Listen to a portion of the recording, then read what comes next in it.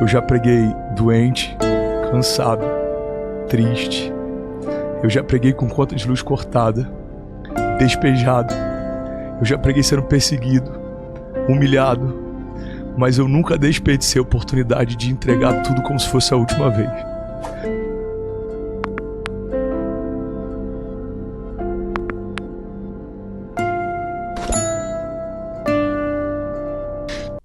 Todo ser humano carrega uma promessa. Alguns morrem sem saber as promessas que tinham. Outros, ao longo da jornada, entendem que carregam promessas. E uma parte bem pequena não só entende como vive cada uma delas. Então, se você está me ouvindo, se você respira, você carrega uma promessa. Primeiro porque nada do que Deus faz, Ele faz sem propósito. Ele não te fez e depois que te fez, Ele foi pensar em algo que poderia te entregar como missão ou propósito.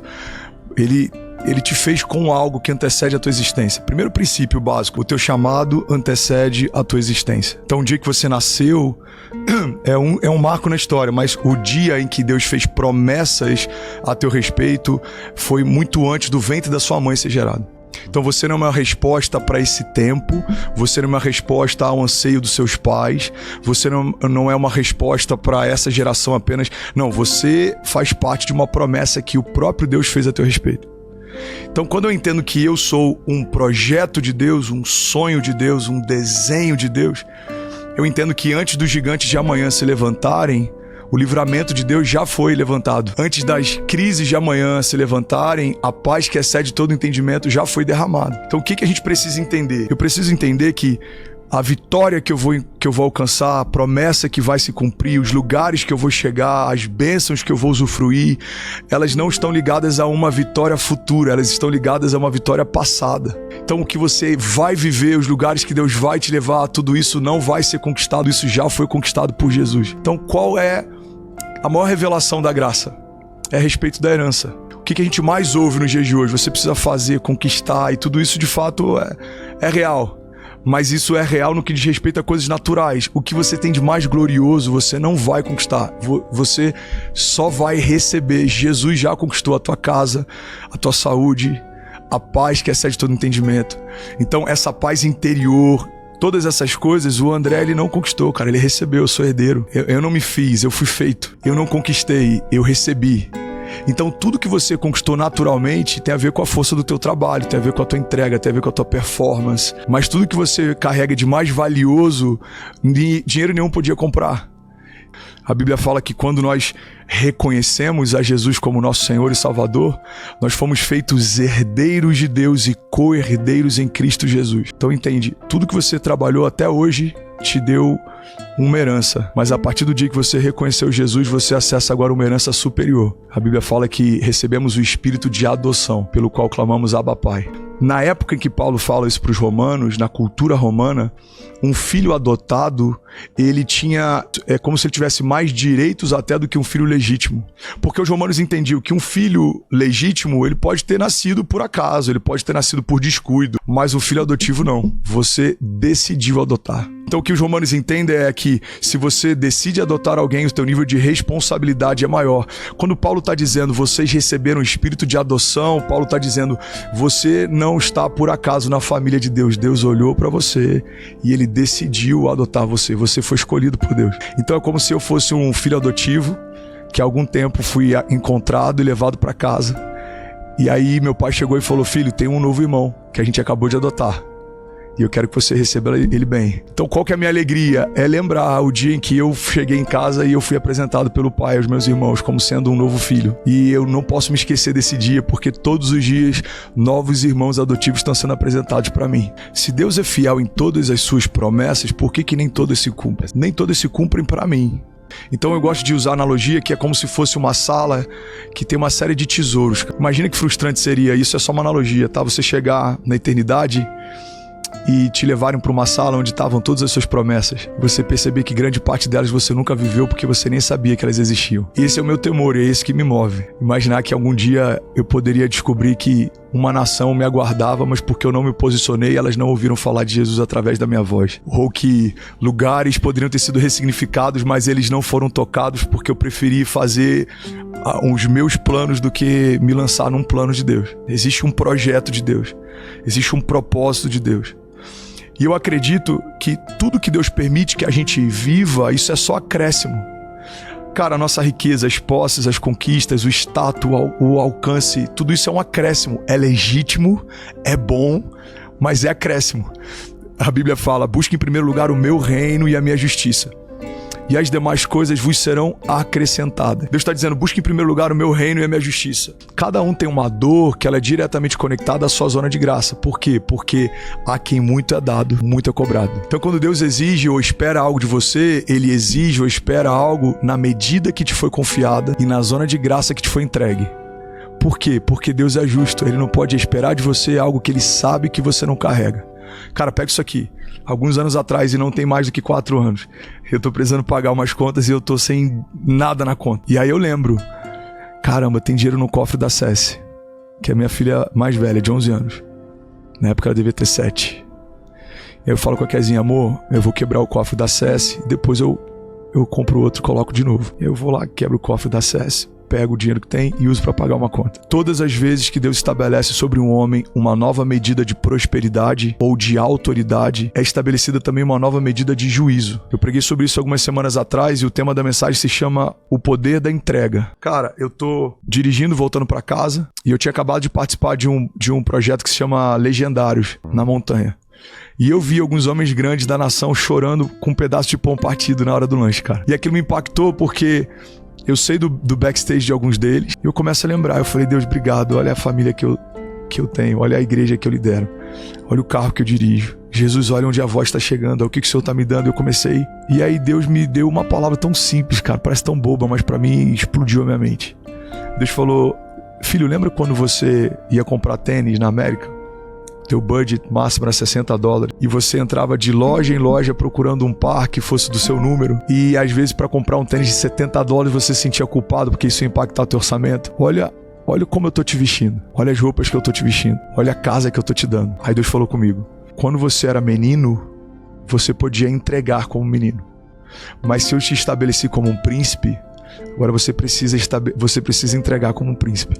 Porque quando eu aumento a tua medida de autoridade, eu aumento a tua medida de juízo. E eu compartilho essa mensagem. E aí eu tiro o tênis e começo a pregar descalço. E aí vem um jovem e fala, ele me chama enquanto eu tô pregando e fala, pastor, eu tenho o mesmo tênis que você e eu calço o mesmo número que você. E eu queria te dar esse calçado. E aí ele me dá o calçado, eu falo, gente, acabei de ganhar esse calçado, ele não é mais meu. Eu tô ofertando pra igreja. Alguém compra esse calçado aqui pra ofertar pra igreja? E alguém se levanta e fala, eu compro. E aí daqui a pouco outro. Cara, naquele dia eu volto descalço pra casa e eu vi homens entendendo uma coisa que quando a gente entende, a gente muda a nossa história e a história dos nossos filhos, a gente muda uma geração. Toda nova medida de autoridade que Deus te concede exige de você uma nova postura. Se você for estabelecido como rei, se porte como rei.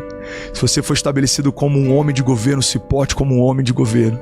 Se Deus estabeleceu como um pai, se porte como um pai. Porque você não é mais quem você era, você não está mais onde você estava, você não veste mais o que você vestia, você não tem mais o que você tinha. Então a gente precisa entender que existe um destino final para isso, porque milagre não é fim, milagre é meio. Então eu gosto de dizer que aquilo que às vezes a gente chama de silêncio de Deus, Deus chama de falta de sintonia. Não é que Ele não está falando, é você que não está sintonizado com a forma como Ele fala. É muito comum as palavras que vêm de Deus gerar algum tipo de convicção ou afirmação. E é muito comum uma palavra que não vem de Deus gerar em você abatimento ou culpa. Deus falou comigo que mudou a minha história. Ele falou, filho, a vida é efervescente. E esse termo explodiu a minha mente. A vida é efervescente. Você já colocou uma vitamina C num copo e no início parece que aquilo vai durar para sempre. Aí você vai fazer um café e quando você volta, parou de efervescer. Quantas vezes eu ouço gente falando, pastor, um dia se eu for rico, eu vou ajudar muito os pobres. Um dia se eu tiver, sei lá, alcance, eu vou fazer tal coisa. E às vezes esse dia chega, cara, e a gente é reprovado quando esse grande dia chegou. Porque a gente vê que na verdade aquilo ali era só fogo de palha. Eu acho que o teu maior teste, o meu maior teste, acontece no nosso melhor momento. Então qual que é o teu desafio hoje? É discernir o que está na agenda de Deus. O Senhor já escreveu cada um dos meus dias no seu livro. Primeiro princípio fundamental, a sua história já foi escrita por Deus. Segundo princípio fundamental, a sua história já foi estabelecida, logo pode ser acessada. Uma das coisas que eu mais faço é pedir para Deus me deixar acessar páginas da minha história que já foram escritas, porque quando eu consigo discernir um pouco do futuro, o peso do processo fica mais leve. É aí que muita gente não entende como que funciona livre-arbítrio com uma história escrita por Deus. Qual é a minha liberdade?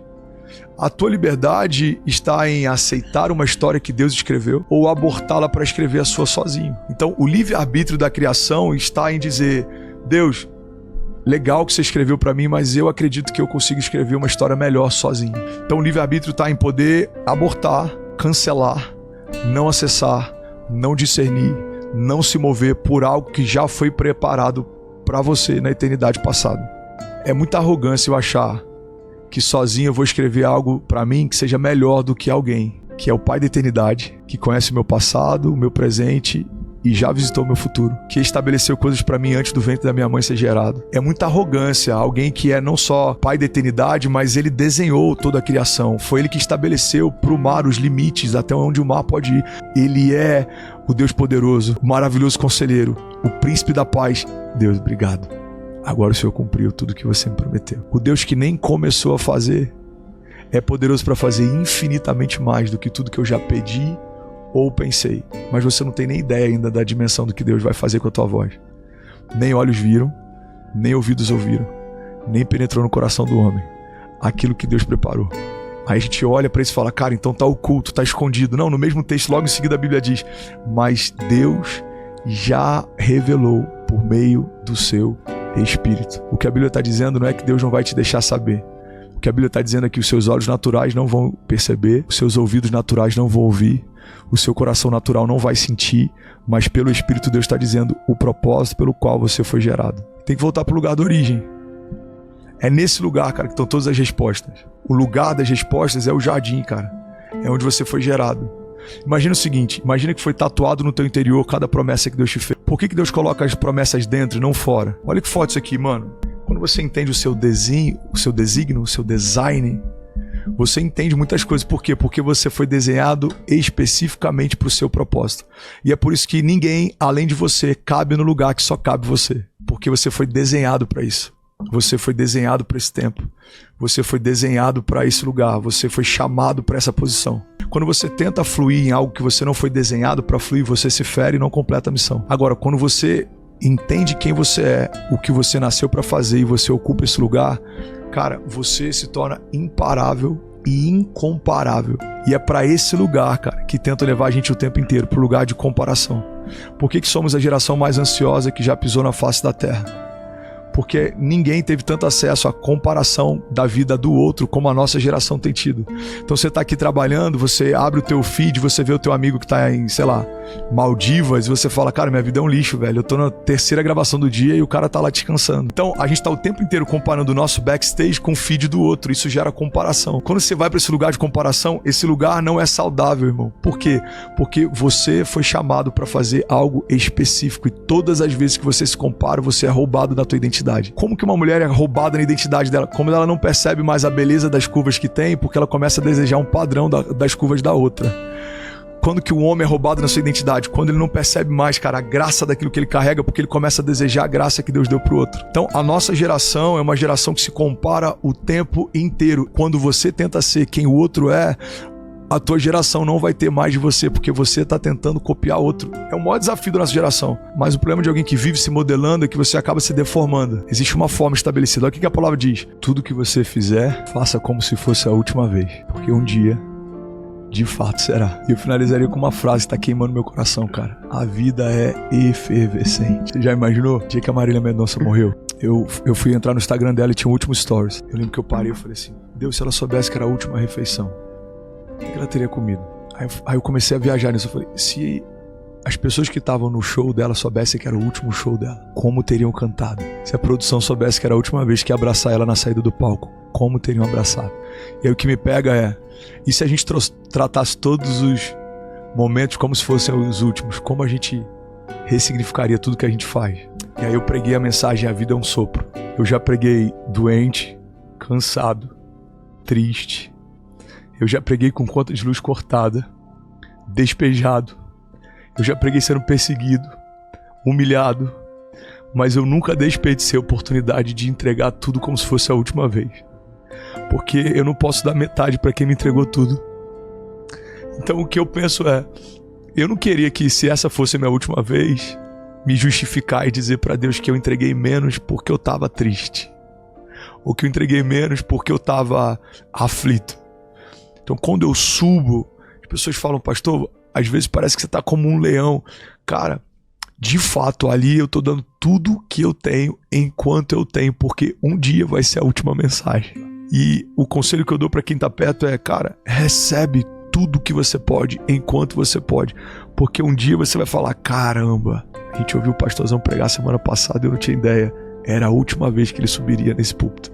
E que seja assim, cara, com os filhos, cada abraço antes de ir pra escola, trata como se fosse o último, que seja assim com teu pai, cada beijo antes de se despedir, que se beije como se fosse o último beijo, porque esse senso de urgência, isso gera humildade, a consciência da finitude gera humildade. Quando o homem que achava que duraria para sempre entende que a vida é efervescente, ele trata cada minuto que recebeu como um presente. E eu acho que é sobre isso que eu quero morrer falando, cara. A vida é um presente. Desfruta.